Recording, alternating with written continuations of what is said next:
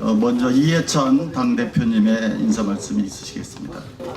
온통 텔레비전에는 하노이 뉴스가 그냥 도배를 하고 있습니다. 오늘이 자유한국당 전당대회 하는 날인데 공교롭게 자유한국당 전당대회는 화면에 안 나오고 북미 회담 준비 상황만 많이 나오고 있습니다.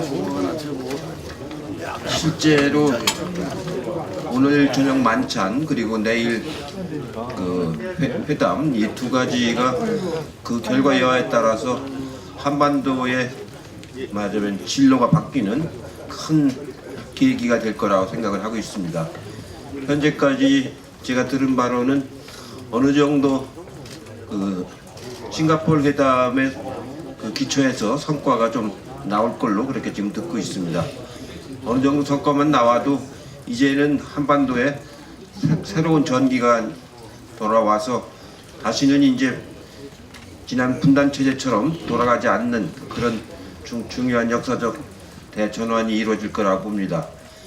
이렇게 되면은 남북 관계도 이제 활발하게 교류가 이루어지고 김정은 위원장이 서울 답방을 하게 되고 그렇게 되면 아마 지금 우리가 예상하지 못한 그런 여러 분야에서의 변화가 많이 이루어지리라고 봅니다.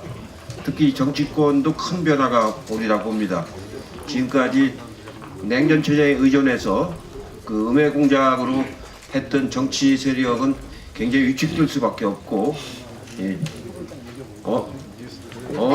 얼음이 한여름에 녹듯이 얼음장을 지금 들고 있어 봐야 아무짝에 소용이 없는 그런 정치 상황이 이제 올 수 있다고 봅니다. 또 경제도 여러 가지 긍정적인 신호를 보낸다고 생각을 하고 있습니다. 남북 경제 교류 협력이 이루어지고 또 한국에 대한 평가도 많이 달라진다고 봅니다. 마침 어제 발표된 걸 보니까 외평소에 붙는 CDS가 굉장히 2007년 참여정부 이후 12년 만에 가장 낮은 수치를 보였다고 합니다. 아마 보통 CDS라고 하면은 경제학하시는 분들은 잘 아시겠지만 그 나라의 말하자면 경제에 대한 체질을 평가하는 중요한 자료 중에 하나인데 점점 나아지고 있다라는 평가가 지금 나오고 있습니다. 실제로 이제 남북 관계가 풀어지고 이런 경제가 발전하면 곧 평화가 경제라는 말이 이제 실감을 하게 되는 그런 상황이 온다고 생각을 하고 있습니다.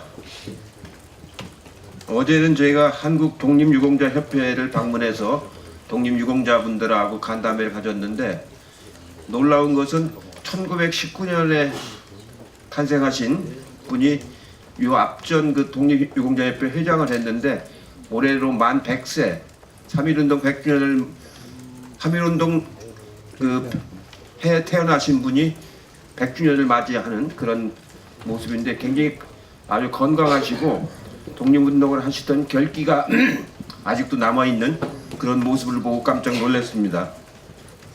오늘은 저녁에 한거 유관순 이야기 영화를 보러 갈 텐데 시간 되신 의원님들은 함께 가서 영화를 보셨으면 좋겠습니다.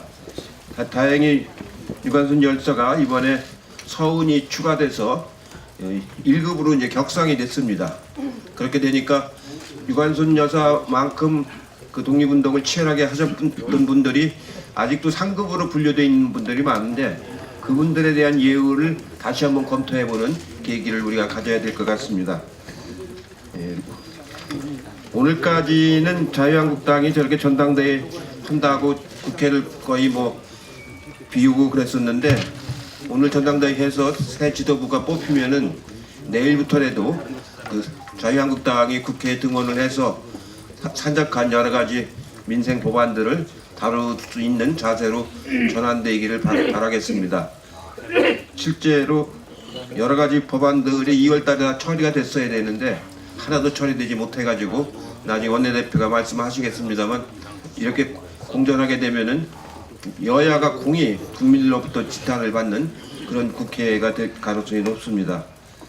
오늘 정책의총인데 택시 카풀 문제에 관해서 이따 전현희 의원이 현 상황을 좀 간략하게 보고를 해주시고 의원님들 의견도 좀 들으시고 그렇게 하도록 하겠습니다. 고맙습니다.